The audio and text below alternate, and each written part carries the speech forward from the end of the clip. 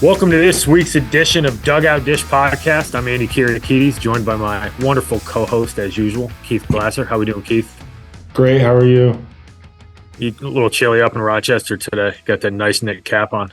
It is. It's we're creeping into we're creeping down to the freezing point, which is 32 degrees here in America. I believe elsewhere it might be 0 Celsius. 0 Celsius. Yeah, absolutely. Well, I don't know what it is in Kelvin. Sorry. Yeah, I can't do that calculation either. We are joined by he's now clearly the most frequent guest on this podcast, a good friend of ours. He's the head coach at Archbishop Carroll High School in the Philadelphia area. He's the founder and director of Elite National Baseball, former college coach at multiple levels, former Division II College World Series pitcher, Jonathan Grosse. Thanks for coming on, man. Appreciate you guys having me on again. Love getting to chat it up with you guys. You guys are the best. Yeah, today will be a good one. We were just kind of briefing it just before we got on here and got going live, but we're going to talk about the intricacies and kind of give the inside baseball on academic recruiting.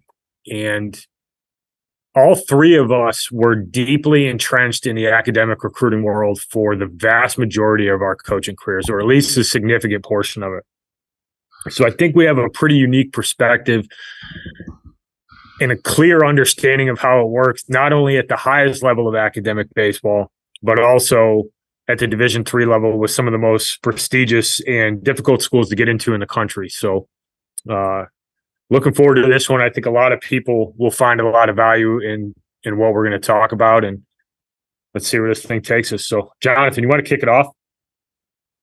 Sure, yeah. I mean, I think one of the biggest things, and, I talked to Andy and Keith about this a lot, and, one of the biggest things, and I spent 5 years in the Ivy League. I was at a Furman for 2 years, so I spent a lot of time, helping guys, get to that next level. And obviously, the last 3.5 years or so, helping guys get to the next level as well, in terms of our teams. But knowing what the ins and outs of high academic recruiting is very, very, very difficult to navigate. And I think one of the toughest things that a lot of people run into is that a lot of people are telling them different things on, hey, if you want to go to an Ivy League school, or, hey, you want to go to a high academic Division III school, this is what you have to do. And I think that's super tricky, because a lot of times they actually don't know what they're talking about, and they don't know what they're, telling you is right. And they have, one experience of one player that they, helped place, at an Ivy League school, or, a super high academic Division III school. And they're just going off of that experience. And that's not the case at all. And I know a lot of our guys that, we have, on our teams and stuff like that, they come in and they're, oh, well, hey, I had this idea of this is how I have to get recruited to go to a blank school, and, or a group of schools, we'll call it. And it's not anywhere near the reality of what they actually need to be doing. And I think that's the hardest part of it. And I think, right out of the chute, like, if you want to play at a high academic school, you need to be around people, and you need to surround yourself with people that have recruited at that level, worked at that level, or have a huge list of players that they've placed at that level. And placing one player at an Ivy League school, or at a Hopkins or an MIT or a Caltech, that doesn't qualify as, hey, I know the system in and out, because it's very daunting, and it's very difficult to get recruited at those schools. That's just the reality of it. We'll save my bombshell moment of what I think for a little bit, but I think the hardest part for a lot of people who haven't done this and don't really understand what it takes on the academic side is how in-depth coaches have to go from a transcript class standpoint on top of what they're going to fit. Like, do you fit into that program athletically? right? Like there's going to be the floor for every single program from an athletic standpoint. But when we start talking high end academic baseball, and what it is we're talking about the Ivy League, the NESCACs, and Stanford, Hopkins, the RPIs, the Rochesters, the those types of schools. They're out there. There's an academic floor that you're going to have to hit, right? Like there's this RPI who's known for engineering. Like there's a certain number from a test score and a GPA standpoint that you are not allowed to go below. And even RPI being as selective as it is, like there's other schools out there that are far more selective, so there's a certain floor, and you'll hear it all the time. I mean, you got the Caltechs and the MITs of the world that are denying valedictorians at schools. So, there's a lot more that goes into this, and it's so,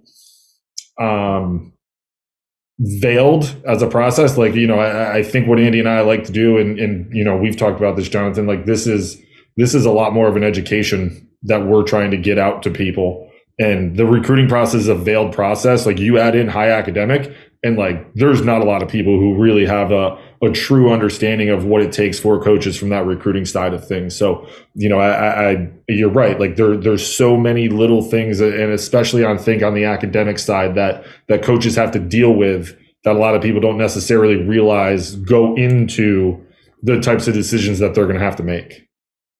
I think one of the hardest things too, and I think we'll just get this right off, kind of everyone's plate here early. The number one thing that high academic coaches look for that work at high academic schools is, can you play and can you help their program? That is the number one most important thing that they have to check the box off of. And I think there's this misconception out there that, hey, I have a 35 ACT, hey, I have a 1500, I have a 4L, I have 15 honors classes, whatever the case may be. And I'm just going to be entitled to go to those schools because I'm an okay baseball player. And I think that's a hard reality. And, and I know it's probably pretty harsh here to kind of get it right off here in the first 10 minutes. But that's the first thing that coaches look for, is like, just like the player that throws 95 and is 6'5", but has a 3.0 GPA, can't fit at, a Harvard or a Brown or an RPI. The same is to be said about a player that has a 35 ACT, but also isn't good enough to play there. And I think that's a really hard part of the process, but it's like, you have to be really, really good at baseball. You have to be a really, really good player and have really, really, really good grades to play at some of these top end schools. Yeah. I mean, I'm sure we'll get into the transcript stuff, but Jonathan, you're spot on, man. Like, I think most people have no idea how good you have to be to play in the Ivy League, right? They have no idea how talented you have to be to play at Davidson, to play at Georgetown, to play at GW, to play at, never mind Stanford, right? Never mind Stanford, never mind Michigan, never mind University of Virginia, right? But you got to be a bro to play at William & Mary. You have to be, if you're going to get on the field there and be an impactful player, you need to be really good. It's not, well, I'm a really smart kid, to your point, so I'm entitled to this. Like, yeah, will your grades help you get into a school like that and make it accessible to you? Yeah, you absolutely have to check that box. There is the floor.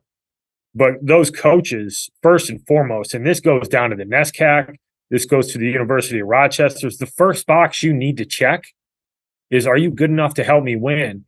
And the level of play to play at any of those schools, like, you need to be really good to play for Joe Reyna at Rochester.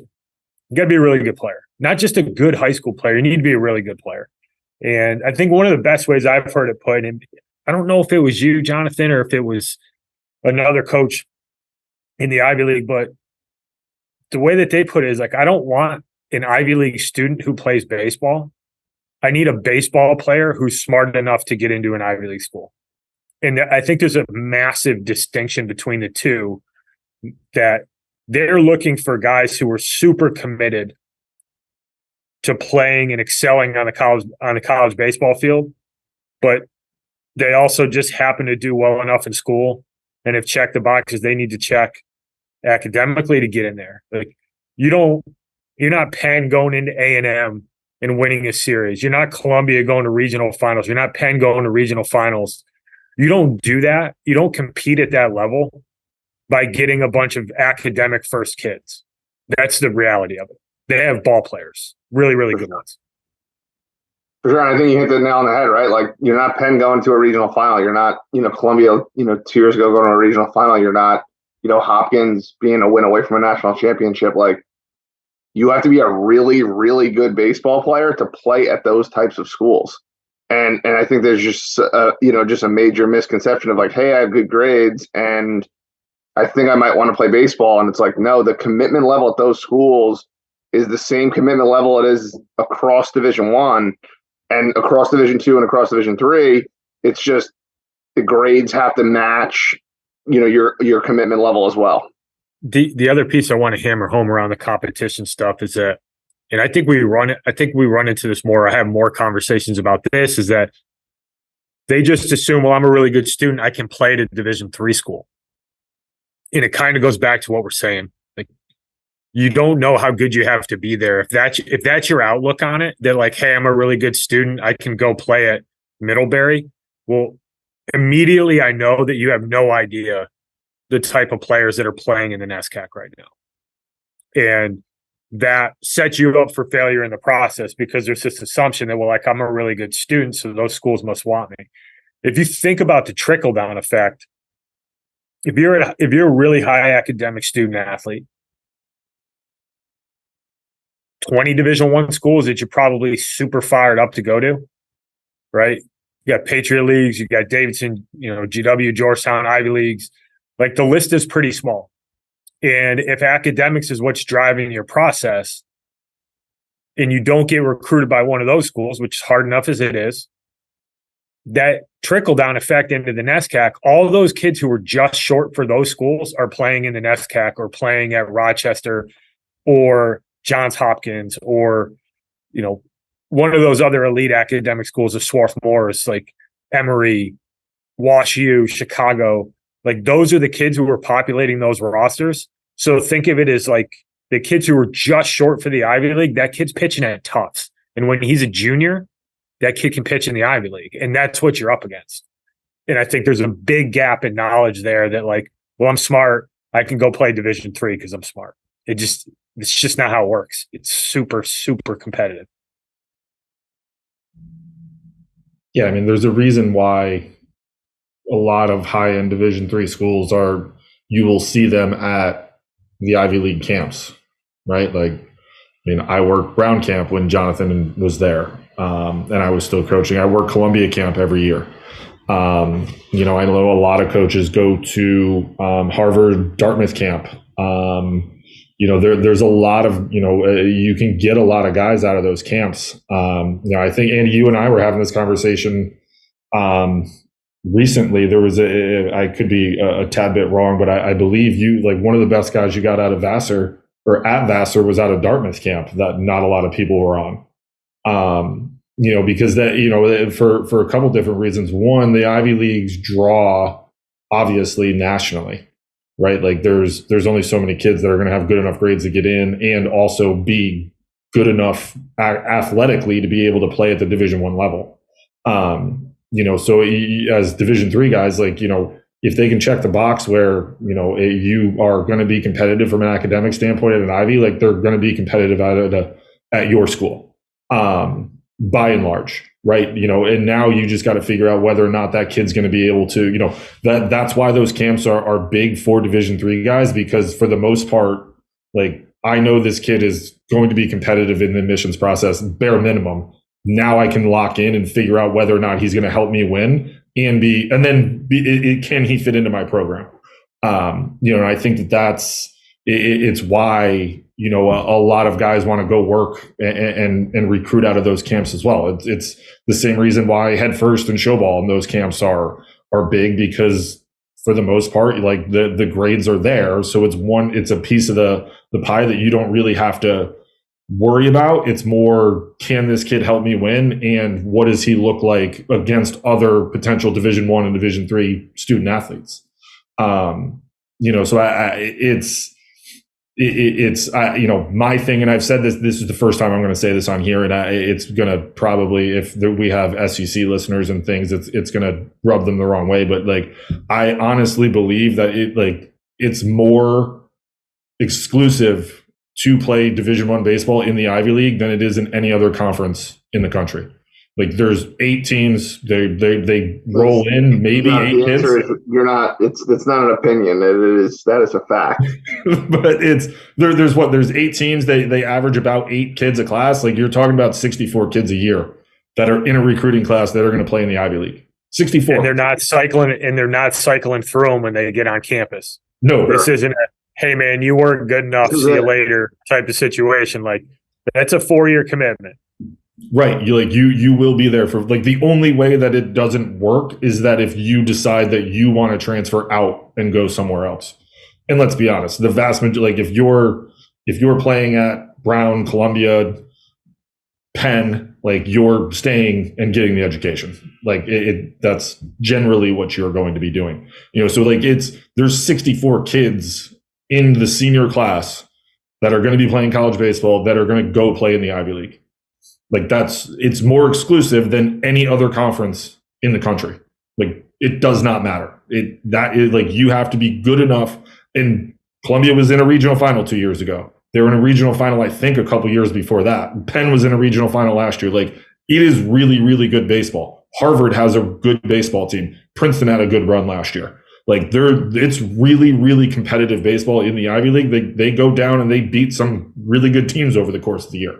It's not, and you said it, Andy, and Carl, you say it all the time when I coached for him at RPI. Like, we're looking for baseball players who happen to be smart.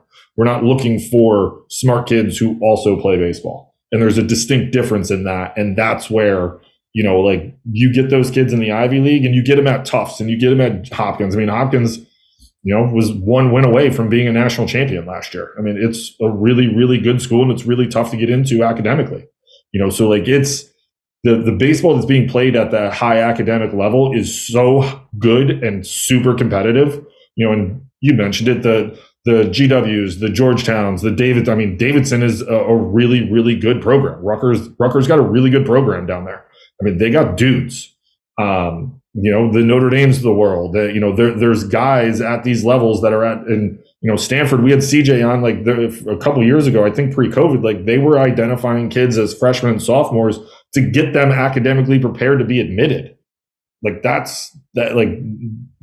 had already identified those kids at a young age and being like, okay, this is what we're going to do academically to make sure that you're going to get in. And I mean, Stanford's been in Omaha the last 2 years. Wake is another prime example. Wake's a really good academic school. They were in Omaha last year.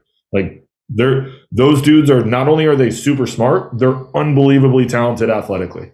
And it's like, what goes into those decisions, like, it's, you need to actually be able to play at that level while also being able to handle it academically, because, I heard Soup say it, and Tish and Jonathan and Coach Beretti, like, you're going to get your ass kicked in the classroom. Like, you have to be able to handle it academically and also athletically, because it's a tough 4 years on both ends, and you're going to be competitive on both sides. Like, you're going to, like, it's a special kid that gets recruited into those types of programs. And, I stand by that. It's more exclusive than playing in any other conference in the country. Agreed. Well, we can't end the podcast on that. There's just, yeah, it really is. Like, when you break it down, simple math, it's the most selective pocket of Division I baseball is to play in the Ivy League. And let me run with this real quick. Go. So there's 14 teams in the SEC, right? So everybody in the country, almost every kid in the entire country, if you said to them, what conference do you want to play in, they want to play in the SEC, right? I mean, we did the super regional picks. We did our Omaha picks, right? Like, it's littered with SEC schools. They're in Omaha. They're at the end. They're hosting the whole deal. The best atmospheres, 10,000 people plus a night. It's the prime. It's it is the top of the top of the iceberg, right? 14 schools before Texas and Oklahoma come in, obviously on July 1st this year. 14 schools, roughly, and I'm going to be very conservative here, and I'm going to say 10 players per school will go to each school. Okay, so 10 players. So that's 140 players. He's just broken down at 64 are going to play in the Ivy League. Again, very conservative number of 10 in the SEC freshmen will get recruited, will go to those schools. That's 160, or I'm sorry, 140. There's only 60 going to the Ivy League, 65 going to the Ivy League. That's almost 2.5 times the amount of players to go to the SEC, which when you ask most people what's the prime, what's the cream of the crop, is the SEC. And you're talking about, 2.5 times the amount of players that will play in the SEC as freshmen as opposed to in the Ivy League. It's a huge number. It's the most selective league in the world. It's not even close. There's nothing even in the area code of it. Well, I think the roster turnover is another piece too. Like Ivy League, it's 8 guys a year, and you're not really losing. There's not a ton of attrition that doesn't happen because of graduation, right? Like we've seen the posts. Not going to call anybody out. Like go look at it on Twitter. You got some teams, and for different reasons, but you have established programs, good programs, right, that are bringing in 25 new faces this year, right? Like the roster turnover at the back end of those SEC schools, the churn is going to be significant because of the new transfer rule. If you're guy number 38 on that roster, why would you stay? Right? Like you're never going to play. And a lot of those kids figure that out early and they leave. So I think, and what I'm getting at is I think your number is incredibly conservative. I think there's way more roster. Maybe not way more, but I think there's probably closer to 15 kids, new faces every single year, minimum, coming into the SEC. Well, and that's only freshmen, yeah. We're not even talking about the transfer portal now. Yeah. Which is might push it closer. You're right with 15, might be closer to 20. Yeah, it's exclusive as hell, and I think what we're driving at is that the exclusivity, the level of play in that league at those schools that we've mentioned at the Division I level, you have to be really good to play there, and then you also have to be academic. It's not the other way around. It's not I'm a great student so I can go play at Harvard. No. You need to be good enough to play at Harvard, and then you also need to be a fantastic student.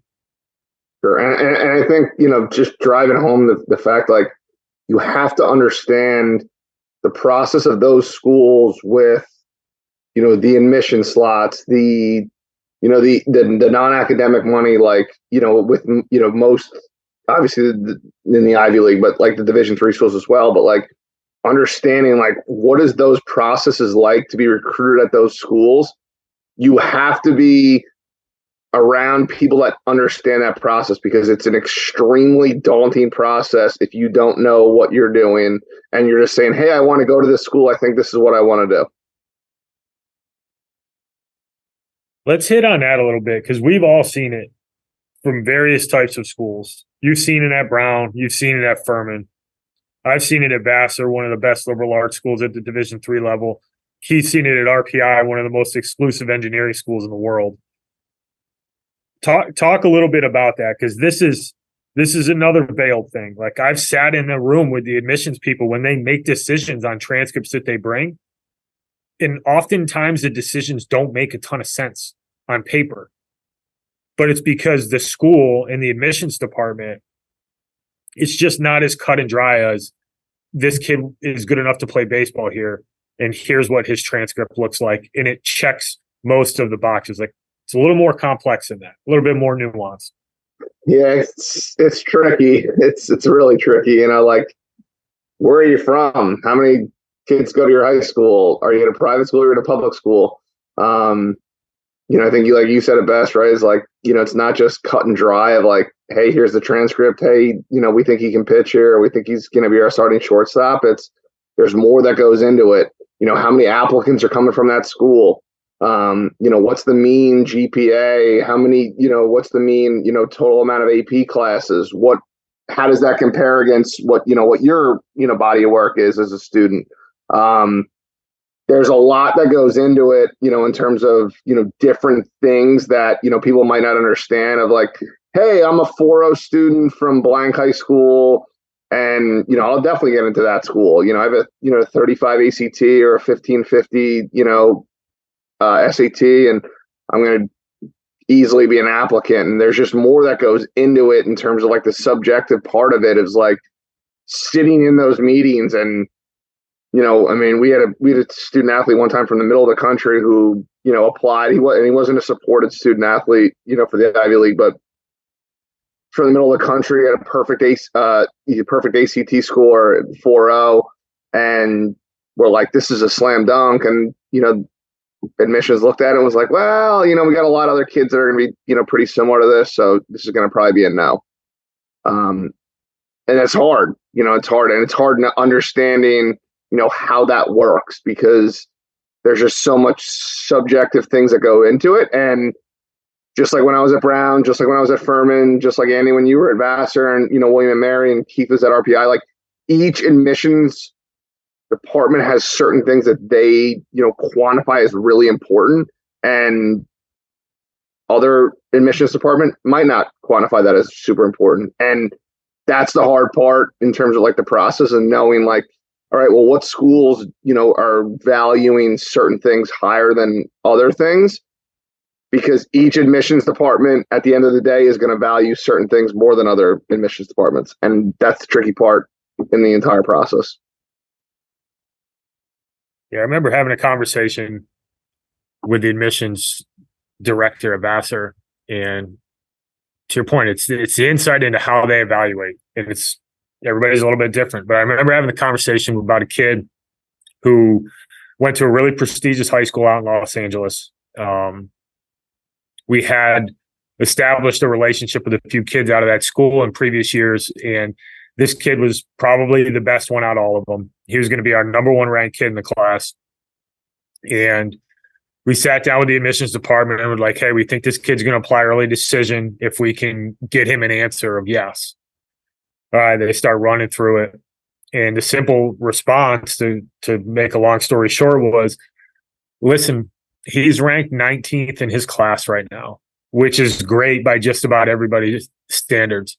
But we're going to have 7 kids who are ranked higher than him probably apply to this school early decision, and half of them are going to get denied. We can't accept that kid. And that was a pretty eye-opening moment early on, coaching at a high academic school, realizing that if that kid had gone to a different high school, he probably gets in. But going to that prestigious high school, and this might ruffle some feathers, but sometimes going to those prestigious high schools, it actually can hurt you in the process with some of these really elite academic schools. Which, I mean, shoot, we could talk about that for a while, but it is an interesting process, and it's not straightforward. And Keith, I know you got some good stories from RPI where probably getting some answers that you didn't expect, and just understanding how difficult it is to get kids in. Yeah, I mean, I think the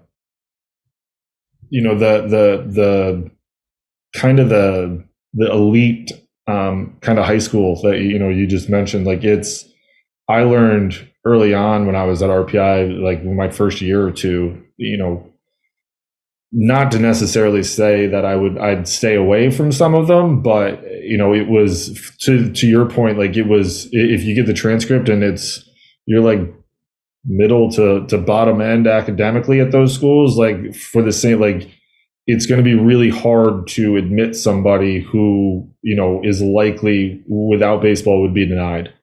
And it's a reality in some admissions departments. And everyone's different. We can't necessarily sit here and say that it's a blanket statement for everybody in every school, but it is a reality. If you're ranked 70th out of 80 kids and 10 kids are going to apply and they're all ahead of you, some of them are going to get denied.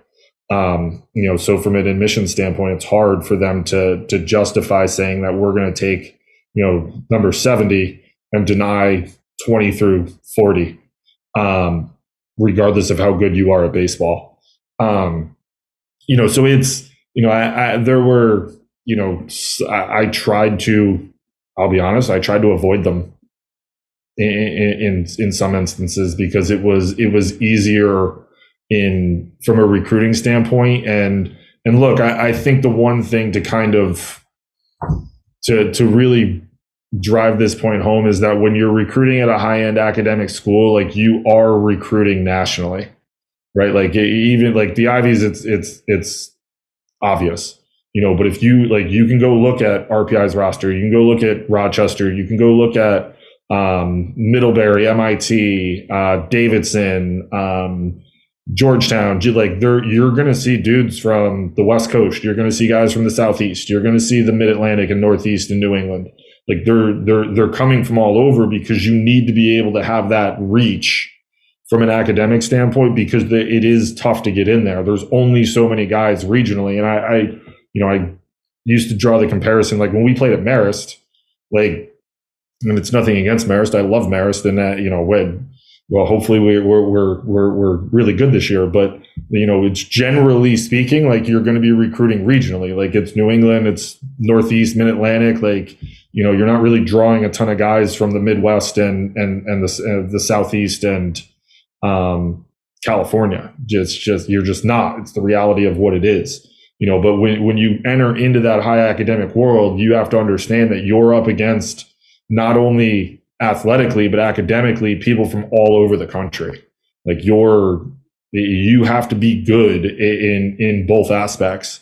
And that's where I think, like Jonathan said earlier, having somebody who in your corner has kind of been through that process before to understand what that is and what that looks like is paramount for you. Because, if you have one guy who played at Harvard, I know Kevin Rogers, when he was with the Dodgers, there was a kid, I think he ended up playing at Georgetown.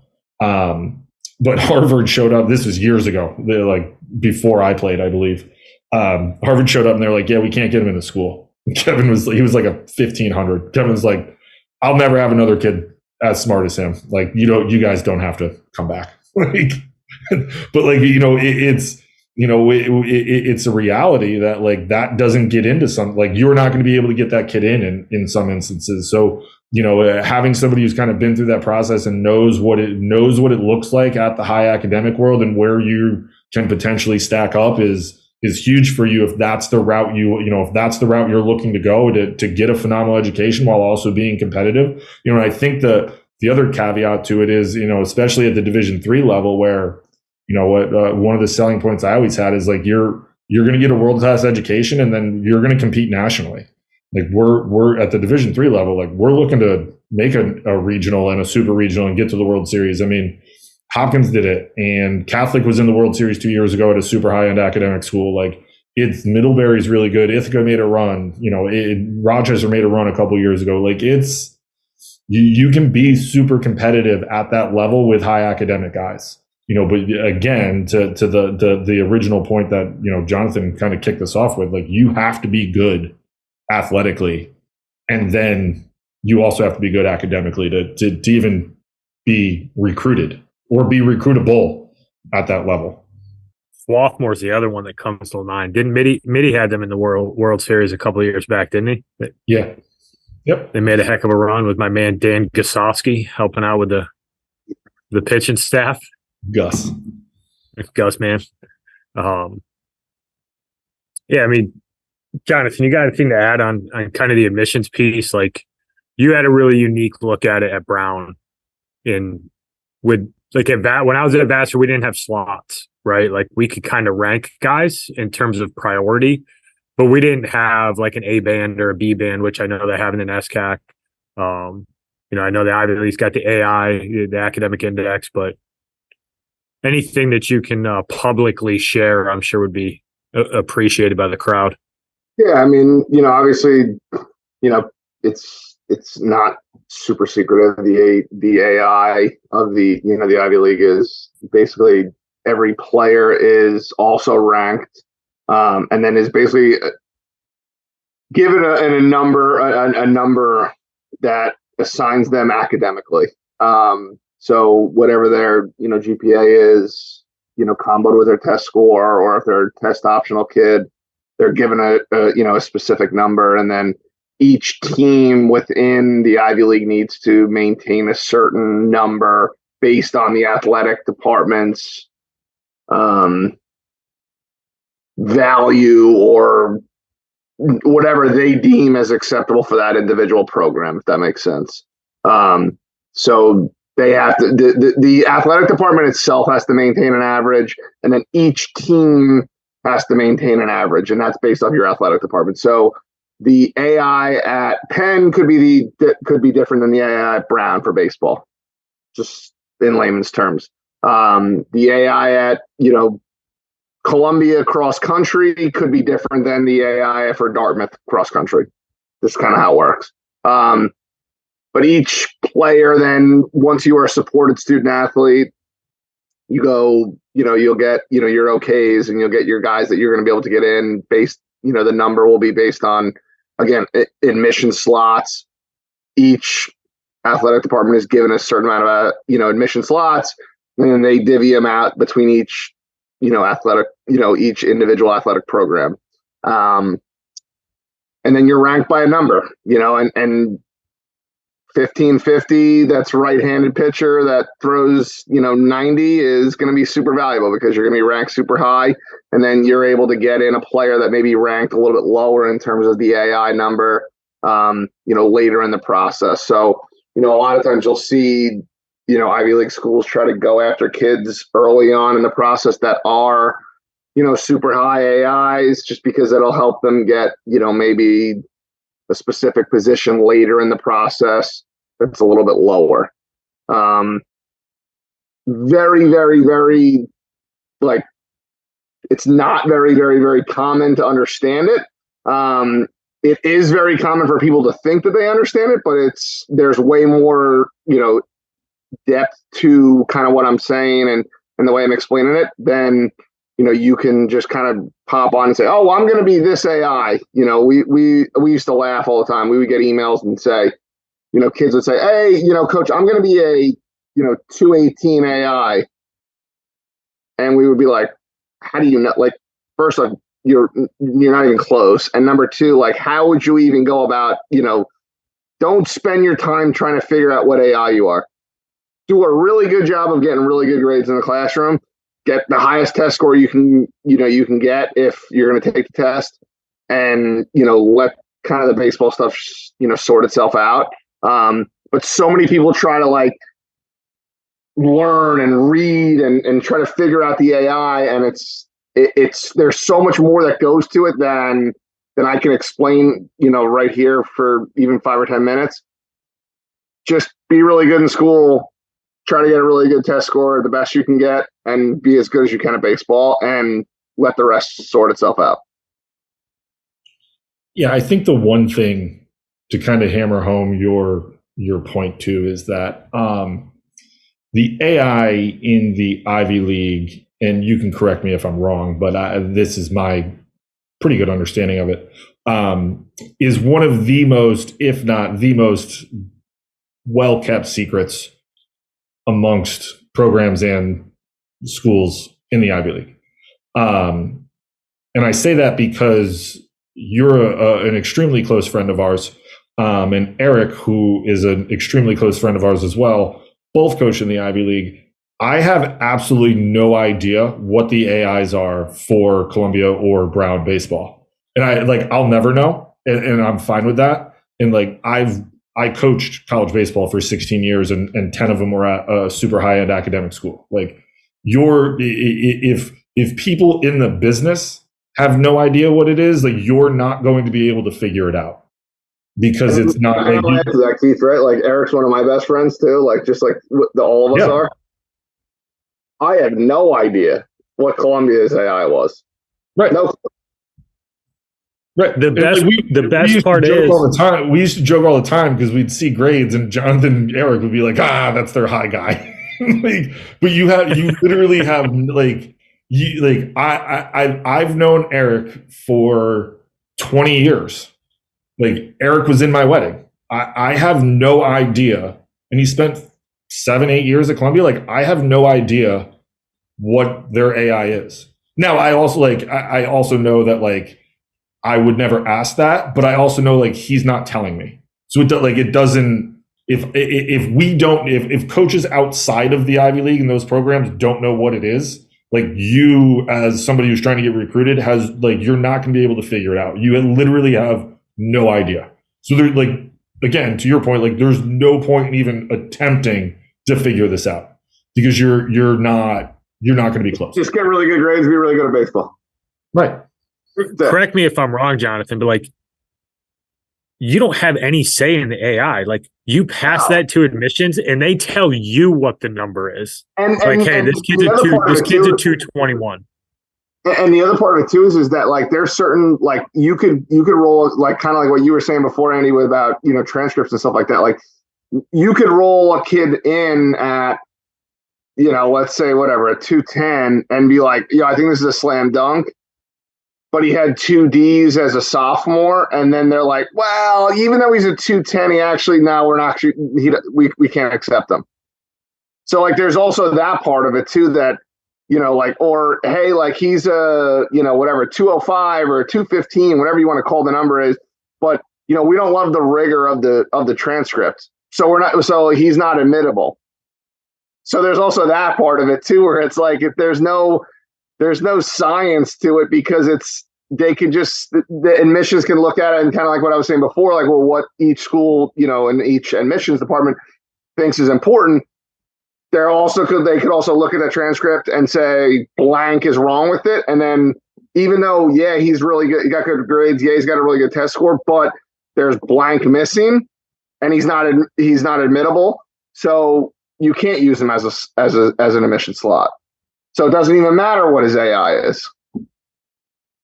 Yeah, it's wild. Like coaches, like you have a pretty good idea, but you never are sitting there with 100% certainty like that kid's getting in until you get the check mark until you get it back. Yeah, like you always got to look at the transcript and kind of go from there. And you're right, dude. Like, don't get me wrong. Like, you got a pretty good idea. Like, very rarely did we get, a flat out no. We would get, hey, adjust this. Hey, add an AP class, stuff like that. Like, you have a pretty good idea of doing it. And Eric obviously did the same thing. And Dan and, whoever else you guys have had that's worked in the Ivy League. You got a pretty good idea. Especially, I was there for 5 years and, me and Mac were there together for 5 years. So like we had a pretty good idea. Like we could look at a transcript and be like, it's close. Like we can at least submit it. But you never really know. Like you don't really know until it's submitted. Like, and that's the reality of it.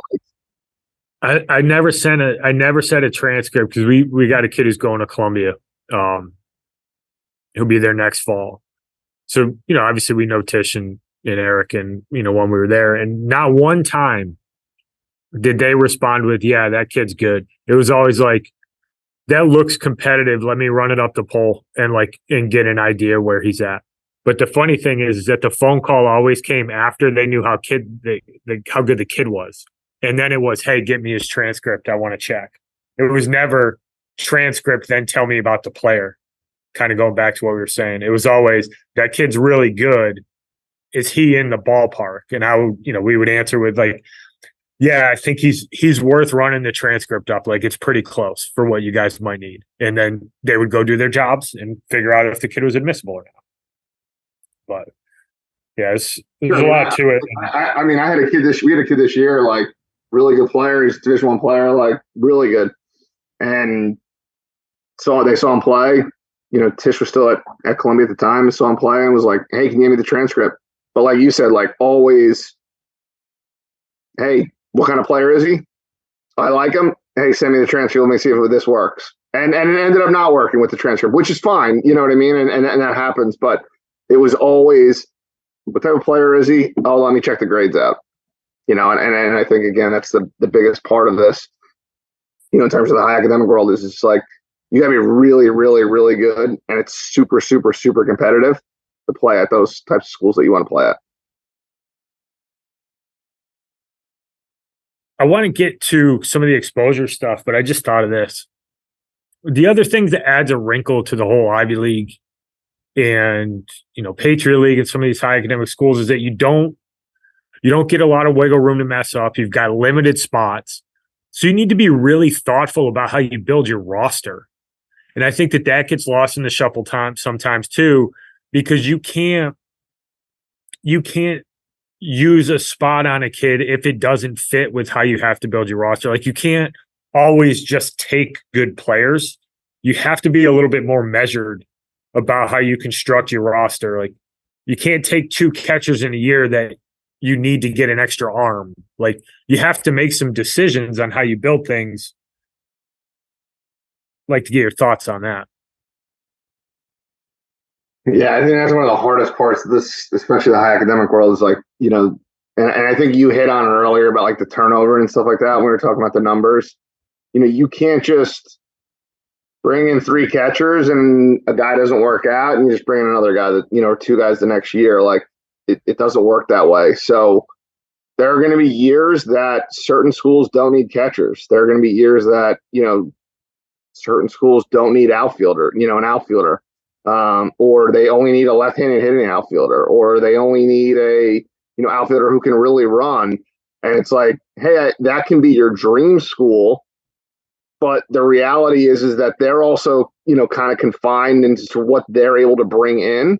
And if they can't bring it in, or they went early on a guy in the fall, or whatever the case, maybe they went and got a guy that they liked, earlier on in the process.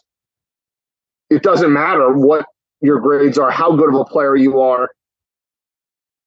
They might not be able to take you, and that's not the case in the ACC. That's not the case in the SEC. It's not the case, in the, rest in peace Pac-12. But like, that they can just go and say, oh, all right, well, yeah, we brought this catcher in, we brought Keith in, but Andy's way better. Like, we'll just bring him in too, and then we'll just figure it out when they get to campus. Like, that's not the case, for these academic schools. So like, it's hard, and I think the flexibility part of it, as a prospective student athlete and as a family, like, you have to be super flexible about that, because the reality is that they're probably only taking 1 catcher a year, maybe 2 at most. They're probably only taking 2 to 3 infielders a year at most.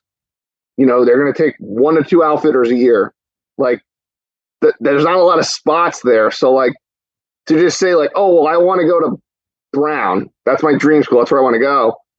Well, if we have 3 catchers on the roster and we're not bringing a catcher in 2025, you don't need to go to prospect camp, because it doesn't matter how good you are ultimately. They don't have wiggle room to just say, well, we'll just bring him in anyway.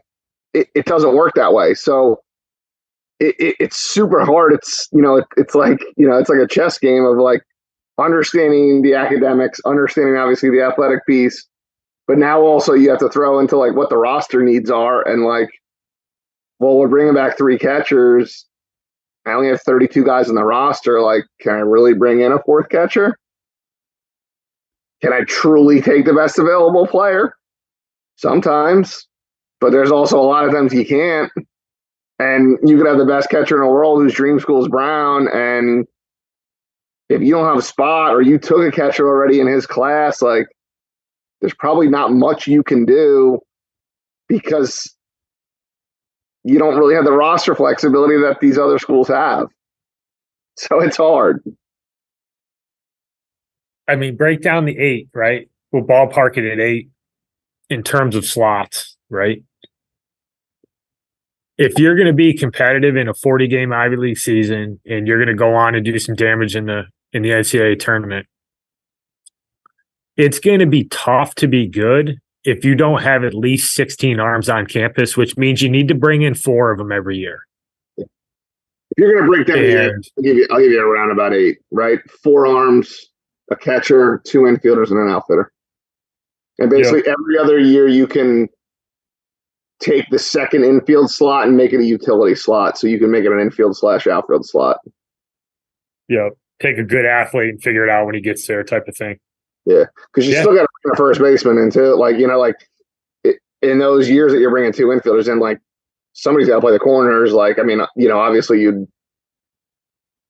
but somebody can play first base, and if you play at a place like Columbia, like you're going to want them to be left-handed, like, and even at Brown, like we really wanted right-handers because, short porch to, the left. So like each school's got things that they can value. Like, all right, well, Columbia can take a guy that, maybe can bop it because smaller park, wind's usually blowing out.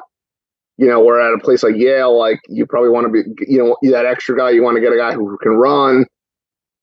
But like, again, like, like there's just so much to it that there's like, you can't just say like blank is what happens. You know what I mean? Like I just gave you like, hey, this is what you would do with 8 players. And I'm already, kind of contradicting myself, right? Of like, oh, well, Columbia can take a guy who can bop and, wants a guy run, whatever it is. But like, there's just so much that goes into it that there's so much subjectivity to it. It's so hard. It's that minutia, and it's the detail that if you haven't been involved in it, if you don't know those coaching staffs, if you've never seen that conference play, if you don't understand the academic portion, if you don't know how the rosters get constructed, like if you miss any of those pieces, you're acting with incomplete information. Sure. How do you get in front of these guys? I think that's probably the next big question that anybody who's listening to this wants to understand. Like, all right, I'm a good player. I got really good grades. What are some of the best ways that I can use my time, my effort, if I'm going to take ownership of the process as a high school player? How do I get in front of these guys, and what are some of the best ways to do it? I agree. I'll be honest with you guys, and I'm super biased, and obviously I love you guys, but like, if you're not, and I know I started with this earlier, but like, if you're not with somebody that knows the process of these schools, if you're not with somebody, and that's whether they're, obviously an advisor helping you through the process or, your travel coach, but if you're not with somebody that knows the process in and out, just saying that I'm going to go to these camps and go to these high academic, events, it's very, very, very difficult unless you're extremely, extremely talented and you can really stand out in a big crowd of 250 kids or 150 kids or 300 kids, whatever it is. Like, you need to be with somebody that understands, like, how do you place players, at the next level? How do you put them in front of schools at the next level? And just playing on a team and saying you're going to go to 2 $1,200 camps at the end of July and early August, you're setting yourself up for failure. Just the reality of it. Yeah, no doubt about it. I mean, I think if you're an Ivy League coach, right, and that's the pinnacle of kind of the high academic, you only got 8 spots. You need to get to know these kids, right? Because if you're going to miss on talent, that's one thing, right? Because you're never going to get everybody right. It's just the reality of it. Somebody's going to get hurt, or a kid's going to get to college and the speed's going to be a little bit too much. Like you never get a class right. But the one thing you want to do the best you possibly can is figure out who these kids are in those on-campus camps, the longer-term interactions, getting a chance to see a kid play actual games and not just showcase. Like, that's really valuable from a coaching perspective. I think it's particularly valuable in the academic world where you just don't have the leeway to make mistakes. Like, and to your point, going to one show ball tournament and thinking that you're going to get recruited by Harvard, like, it's probably a little bit naive. Like, you probably need to have somebody in your corner who can tell you, hey, you do fit at this level, and this is how we need to get you in front of them. There's a team that does academic targeted events, right? Or you go to Harvard's camp and we talk to the coach and staff to figure out, hey, do you fit or do you not? But you can't, to your point, just think you're going to throw money at it and solve it, because it's just you're gonna end up throwing $1,200 away without having a plan and without executing that plan. For sure, and it's just there's too many kids there. There's, you need to have somebody that can, make a call and say, hey, check my guy out, or hey, you're one of my best friends. We talk, 4 times a week, 5 times a week. Like, I'm telling you about this player because I legitimately think that this kid could play at your level. Not, hey, I'm just going to show up at this event and I hope that it works. And, you call me or you call, us, after, and you go, I made a huge mistake. And I, kind of went through the process and went through the summer and had no idea what I was doing. And now I need to kind of restart my entire thing. And we have had that happen. Me too. What excuse me, I haven't had issues here. What do you think of the camps? You're at Brown, right? We saw somebody post the other day. Me and Keith talked about it. Saw somebody post the other day that on-campus camps are just a big money grab to fund the assistants. I know that to be patently false, but let's hear from a former Ivy League coach and the value that you get out of those camps. Yeah, I think it's totally false. It's not even. It's totally false. I'll just put it that way. Especially now with the extended, quiet period. If, and I'll put a big if, and I tell all of our kids this too, that, that play for us and, within our organization, like, if you're ready to showcase yourself in the winter and you are good enough to play at those schools, then you should go to those camps in the winter. Because with or late fall, whatever, winter, but basically anything post quiet period, we'll call it. So post, October, I think it was 9th this year. Then you should go to those camps. If you're going just for an experience and I hope they follow me, you're wasting your time. But if you're good enough in that quiet period to potentially play at that school, I had 2 guys go this weekend to a camp that are close. They might not be good enough, I don't know, but they're close. It's worth your time to go to it because they're making that's the only place they can make decisions. They're not leaving campus. They can't go anywhere. They have to sit at home. So the only way to see the players that they want to recruit is on campus. So it's not a waste of money if you're good enough. If you're going to hopefully for them to follow you, it's a waste of time. But if you're legitimately good enough and you think that you can legitimately play there at that time, then it's phenomenal. Never mind the fact that there's camps that are, maybe close to your house that, you can go through, 8 weeks of hitting, clinics on, on a Monday night and, you hit under the lights or, at the stadium or whatever. And they're development camps too. Those are huge this time of the year. You're not playing games. You're able to develop. So this idea of oh, it's a waste of time to go to, on-campus camps because they're just paying the assistants it's ludicrous, to be honest with you. The other thing too that I think is to add on to that is if you're with the extended rule that you can't talk to anyone until August 1 going into their junior year. If you're a 2027 right now and 2026, if you're close, you need to know or someone needs to tell you you're close. But even if you're a 27, you could save the money of going to the whatever camp, not because it's a waste of your time, but because you could spend that money on a gym membership or a development type thing like you were just talking about that's going to get you further along because you can go to that camp next year as a sophomore in the winter and showcase yourself in likely a better spot than you are as a 14-year-old freshman in the winter, depending on what you've, kind of done to that point. But, I think it is dispelling the myth of it's not a complete waste of time or money, but you need to be, and Andy said it and you're driving at it, you need to be recruitable or at least close to where they're going to want to follow you coming out of that camp. Because they can't, the second you leave campus, they can't talk to you again until you go to another camp on their campus. So it's, it's figuring out whether or not it's going to be worth it for you from getting that follow standpoint that early in the process? And is the 150 or $250? What's that? You're dead on. I'm gonna add one more to that. So we had a guy last summer. He was a 2026 grad, and he's really good, really good.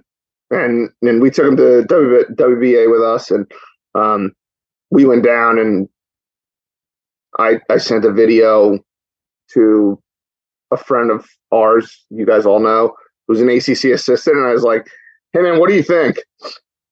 And his text back to me was, let me know if he's that good next year, and we'll be in touch. I got the same response from a different ACC coach. Same exact thing. Like, yeah, man. Like, just keep me posted. Like, let me know if he continues to get better. Like, that was literally the text. Was like, "Yo, man, I trust you. Like, let me know if he's next year if he's this good. Then we'll be in touch." I'm like, okay. But like you said, Keith, like you're, like as a 2027 grad, like you're more valuable to go to spend, go to a gym membership or, go to, a tread or a drive line or whatever. Just, continue to develop and get as good as you possibly can get. But you don't need to spend time on these quote unquote follows. Like the one thing I tell our guys all the time, this is a what have you done for me lately business. Nobody cares what you are now, and then they hope you are, later. What are you currently right now? That's what they're evaluating you on. That's just the reality of it. If you're 2025 and you want to spend money going to a camp right now, you need to basically be good enough for that program today. You're getting close enough in the recruiting process that you're not really projectable anymore. Yeah, of course, coaches know you're going to get better. But if you're a right-handed pitcher and you're 81 to 83 and you're spending money to go to Division I camps right now, you're wasting your time. Go focus on getting better and then show up in the spring and be 84 to 87. And now maybe we got something. Now maybe we're cooking with something, right? And it's kind of the same thing with a 26. Like unless you're a bro, you got to understand that you're still going to have to prove you're a bro in July when these guys actually go and watch you play a game. All you're doing is going, you're just a guy that they go, oh, okay, well, maybe I'll see that guy this summer. And if you're lucky enough, you've got somebody in your corner who can keep you at top of mind with that coach and keep the progress going. But like if you just show up to camp, let me go one higher, Andy. Like if you have the right people in your corner, you're in the right organization, you have the right people in your corner, like you don't even need to go to that camp to get on that list. Like just get better. Yeah, you're right. As a 26, and then they'll get you in front of them in July. Yeah, you're right. Yeah, you're absolutely right. Yeah, it's right? Like you know what I mean? Like like. Yeah, I can't argue with you there. Well, you're absolutely right. Like, I think the other thing too, and us, like we're close enough to it, like, and kind of know this. Like, I don't even know if they're like. I think in talking to the guys that I talk to all the time, like it's last year that rule was thrust upon them so quickly, and in what it was like mid to late April. That rule came out that you weren't going to be able to. Right. So like it kind of threw the whole recruiting schedule and what you were going to do kind of out the window. I think some schools just decided to kind of sit on some transfer stuff. I think this year is the first year that you're actually going to see a plan per se. I don't know if it's going to it's such a fluid process right now. I think for a lot of schools with 26s and 27s and beyond, because when they used to go recruit those guys and try to, create that arms race to get dudes committed, like they're not really going to do it anymore. So what does that look like this summer? And until we go through a whole cycle of it, I don't necessarily know what it's going to look like for everybody. You know what I mean? Like it's like, do I think like some schools are going to, go watch some 26s? Yeah, I do. And some 20, but like, not nearly at the frequency and what they used to do when guys used to go sit on the 14U, Georgia tournament, because like why go spend the money and time to do that if I can't talk to this kid for 4 years. Like, let me just see if I can get him to campus at some point and kind of go from there. And then if he's good enough in a year or two, like, okay, then we'll get a little bit more serious there. And I don't know, like, I don't know the answer, and I don't think anyone really has that answer right now, because this year is going to be the first year where there's going to kind of be a targeted plan for programs of like, okay, this is where we're going to spend the majority of our time, energy, and effort from a recruiting standpoint. And then, maybe we'll go do some of this stuff too. So I think it's a weird, it's a weird kind of spot to be in if you're a 26, 27, 28 recruit, because I don't necessarily know what that's going to look like moving forward with this new rule change. I think we'll have a lot, like, we're going to have that kind of conversation next fall of like, okay, this is what this kind of looked like. These are some of the things that we might want to target moving forward. But I think like it's just a weird kind of thing to be in right now, because no one really knows what to do with them. We have ACC guys, like in the past would be like, give me his number, have him call me at 7:00 on Tuesday, and we'll have a conversation, see what happens. Now it's like, let me know what he's like in July of next year. Which, let me know if he makes his varsity team this spring. Right, in 5 or 6 months, that's a gigantic change in this business. A gigantic change in this business in 5 or 6 months. I think it's a good thing, right? To your point, Jonathan, around like kids can just focus on getting better now. Like, you don't have to worry about running around and trying to get on somebody's radar so that they can, maybe they'll take a chance on you because they're trying to beat some people with a punch. Like the cream of the crop, 26s in the academic world, or just more broadly speaking at all, like they're going to be the cream of the crop, right? Like those kids are going to go off the board early. But if you're not one of those kids, you got to look at this as an opportunity to close a gap. And like if you're 81 to 83 and you're right-handed right now and you're 26 and you have aspirations of pitching in the Ivy League and you want to, you want to get committed next fall because that's the timeline you're pushing at. All right, great, right? Understand that it works a little bit slower, but you need to get better first. First and foremost, you need to get better. And you got 11 months. Like, get better in 11 months. And I think, like to your point, like just, I think, football and basketball, not to compare the sports, but football and basketball have been later in terms of like the recruiting process for the most part. I mean, I know there's some certain guys that go early in both those sports, but baseball, we were the earliest, outside of like men's lacrosse, like we were the earliest in terms of commitments. Like, dude, if you're 14 and 15 years old, get better. And I think that's kind of where we're back to. And I think that's such a good place and a healthy place for our recruiting process. High academic, even non-high academic, doesn't matter. Like top to bottom, our sport as a whole, college baseball as a whole, is a better place with the new rule, because kids at 14, 15, and even the younger part of 16 can focus on how good can I get and not worry about what camp do I need to run to, what showcase do I need to go to, how do I want to be ranked on PG or PBR. All that stuff is great, but the main focus is like, all right, I need to be as good as I possibly can be on August 1st walking into my junior year. And I think that's phenomenal for everybody involved, like you said, Andy. Phenomenal. I think for a lot of guys, go ahead, Keith. I think we talked about it the first time we had you on. Like, and I've said this on here. Like, I committed in September of my senior year in 2003. Like, that was like astronomically. That was like unbelievably early in 2003. And then, you fast forward to before this rule change, like you're committing in September of your senior year. Like that is like, you're unbelievably late, and I think there are a lot of programs out there that still committed guys that late because they were patient enough to wait for guys to pop, and they're really good programs.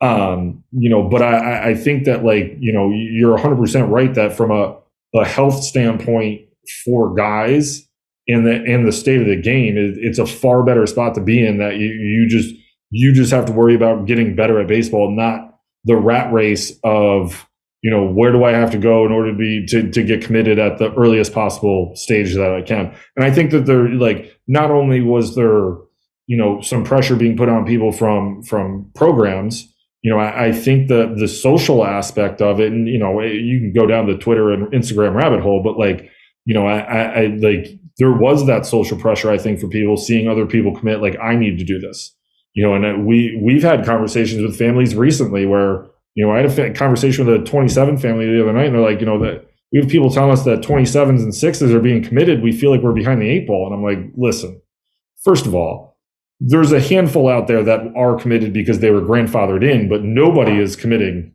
now. Like, they can't. It's not doable. So it's that pressure is still out there from some people. And I think it's not understanding just the basic state of where the recruiting aspect is at. And again, like, this is a veiled process. I used to say this all the time when I was coaching. Like, people will come in and ask questions, and like, when you're coaching and your family sits in front of you, they have questions, like, instantly, whether or not this is their first time through this or their 5th time, because their questions are going to be a little bit more detailed. Like, but the first time through it for families, like, this is a daunting process where you generally have no idea what's going on. Like, there's not a lot of information readily available, which is why we do this and have these conversations so people can learn some stuff. But like, it's a veiled process from a recruiting standpoint, and it gets even more veiled in the high academic world.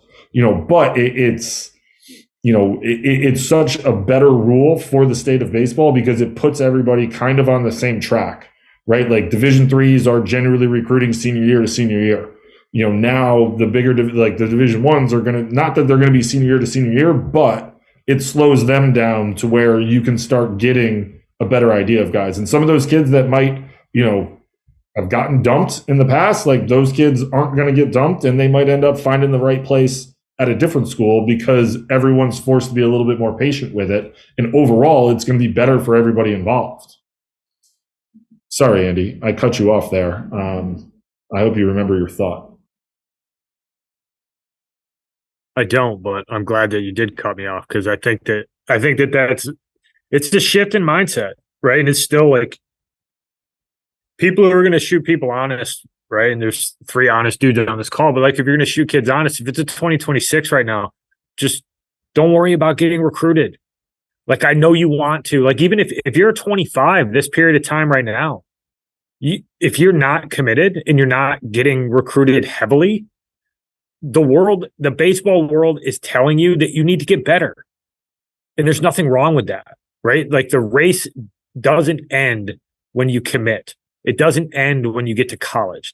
Like, you have plenty of time to continue to develop, and everybody commits at different timelines. Like, there's going to be dudes committing to SEC schools that are 25s in August of next year because there's a kid right now who's throwing in some gym with some pitching coach who cares about him. And he walked into that gym and he was 84 to 86 going into the fall or going into the winter. And he's a fringy Division I guy, and he's going to bust his ass for the next 6 months. And he's going to go to some tournament, and he's going to be 89 to 92 with a good breaking ball. And that kid's going to go pitch in the ACC or something. That is going to happen. But it doesn't happen if you're worried about getting recruited. It happens because you put your head down and you focus on what you can do to get better and trying to become the best possible version of yourself on the field. And I think this rule slows that down, but I think it is going to take a little bit of time for the mindset to change, because a lot of these parents and families that were of the 26s in particular, they were just a part of the window of recruiting where it was super fast and guys were getting committed really early. So they likely know dudes that are in their class have already committed.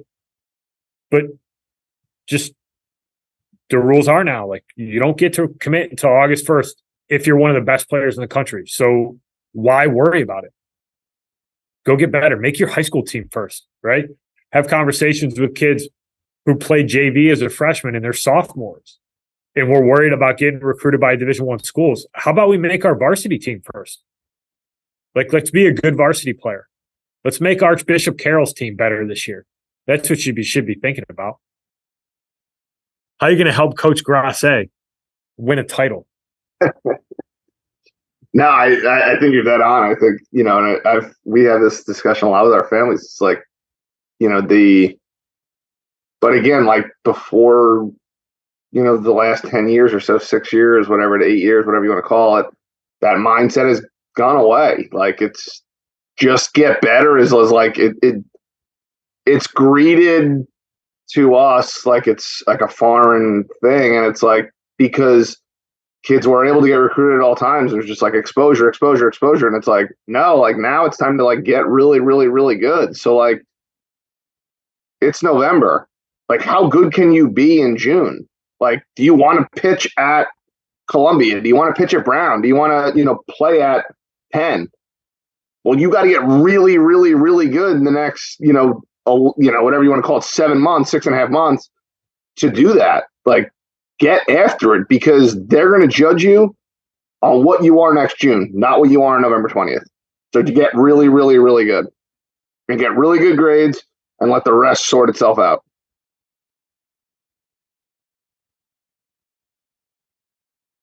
Spot on. I want to open it. We're talking about showcase, and we got off the topic a little bit, but I do want to bring it back to something, because I know you're doing something pretty unique this upcoming year. Correct me if I'm wrong, with Elite, that tailors really specifically to this, and I think it kind of sets you guys apart a little bit. But talk about that a little bit, because I think that if you are a high academic kid, something along these lines is really worth thinking about in terms of getting the exposure and being around people that can help you in this process. Yeah. So what we designed is a team that is specific for high academic players, and it's surrounding yourself with obviously myself, but a couple other Division III head coaches that are going to coach the team, and we're going to high academic specific events so that you don't feel like you play on this team all summer and then you need to go and spend the $1,500 on all these different camps and run around. But you can basically take your team concept and you can put it together with the showcase part of it, with the high academic part of it. We'll put you in front of the schools. We're going to meet with you and kind of give you the rundown in terms of like, where are you at academically? Where do we see you athletically? What's some of the feedback we're getting from you, from coaches, on the athletic side of it? And then what do you need to focus on the second half of the summer to best suit you, and not just feel like, hey, I play on this team. We play in, 6 tournaments in, the middle part of the country or in Texas. And, now I need to go to, these 2 camps that are $1,200 each just to get in front of the high academic schools. So a little bit of a unique opportunity to kind of take the team part of it, but the showcase and the exposure part of it, and kind of combo it into it together. Freaking love it. Yeah, I mean, I know you were talking to us about it before, but it's a unique way to angle it, and it's uniquely tailored to exactly what kids like that need. Like, you need the tournament exposure, but you also need some freedom to get in front of some other schools potentially, and make sure that you have the ability to go to some different stuff. A lot of time guys get stuck and they're on a travel team and they're booked all summer and they can't go to camps, or they get stuck in a situation where they play Thursday through Sunday. You get a right-handed pitcher who throws on Saturday and somebody holding the camp on Tuesday, and you're showing up to camp on Tuesday and you're not really sharp. You're not really ready to go in terms of being able to showcase yourself. So I think being able to build that stuff in is awesome. Yeah, and like you said, it's like it's uniquely, putting a specific group of kids together that are looking for the same type of thing. And people ask us all the time, like, oh, do you have like a minimum GPA, or do you have like a minimum test score that you guys are looking for to play, with you guys? And the answer is no. It's just, hey, I can get on the phone with you guys for like 5 minutes, probably even less than that, and figure out like, hey, is this the opportunity that you want, based on what you're kind of telling us in terms of what you're looking for in a school for you for the next level. And that's the biggest thing for us is like, we're looking for not a lot of guys, couple, 13, 14 guys that are specifically looking for something, in terms of the high academic world. And that could be Brown, Yale, Harvard, or it could be F&M, RPI, Vassar, Bard. Doesn't matter. We're looking for those types of guys and not guys that are, hey, it doesn't matter what level I play at. I just want to play at the highest level of baseball. It's more, hey, I want to go to a school, kind of like what Keith said earlier, that, will serve me the rest of my life. And I'm willing to go Division I. I'm willing to go Division III, but I want to play at the next level and I want to play at the best academic school I possibly can play at.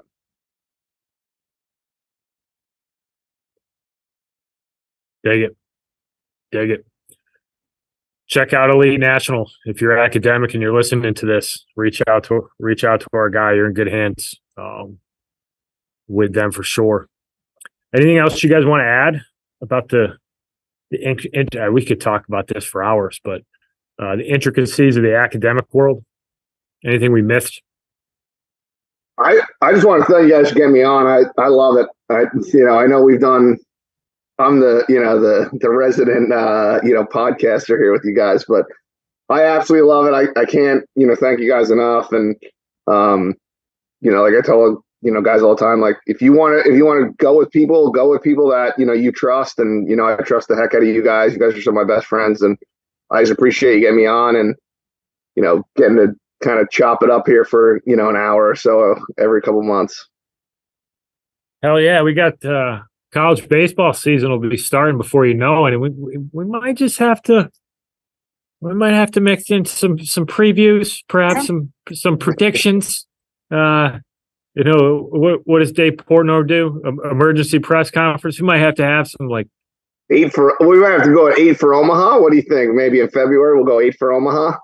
Yeah, we're gonna have we'll have a preview, and then we're probably gonna have a mid-season review to see what surprise teams are really playing well, and then we're obviously gonna have to get into the playoffs at the end. Playoffs. Oh my Golden Eagles from freaking Oklahoma City or wherever they're at, Tulsa, Oklahoma is getting going again. I bet Roberts, baby, got to get it going. Yeah. Looking forward to it. It'll be fantastic. Well, thanks, Jonathan. You're the man. I know we'll catch up soon. For those of you listening, thank you for listening. Go ahead and check out Elite National, especially if you're interested in that academic team. If you want to learn more about what we do at EMD Baseball, go to emdbaseball.com. You can follow us on Instagram and Twitter at EMD Baseball. And also, we have just launched our online recruiting academy. And for you special listeners, if you punch in Dugout Dish 15, you'll get 15% off your purchase of the academy. Go check it out. All the information is online. Thanks again for listening. We'll talk to you next week.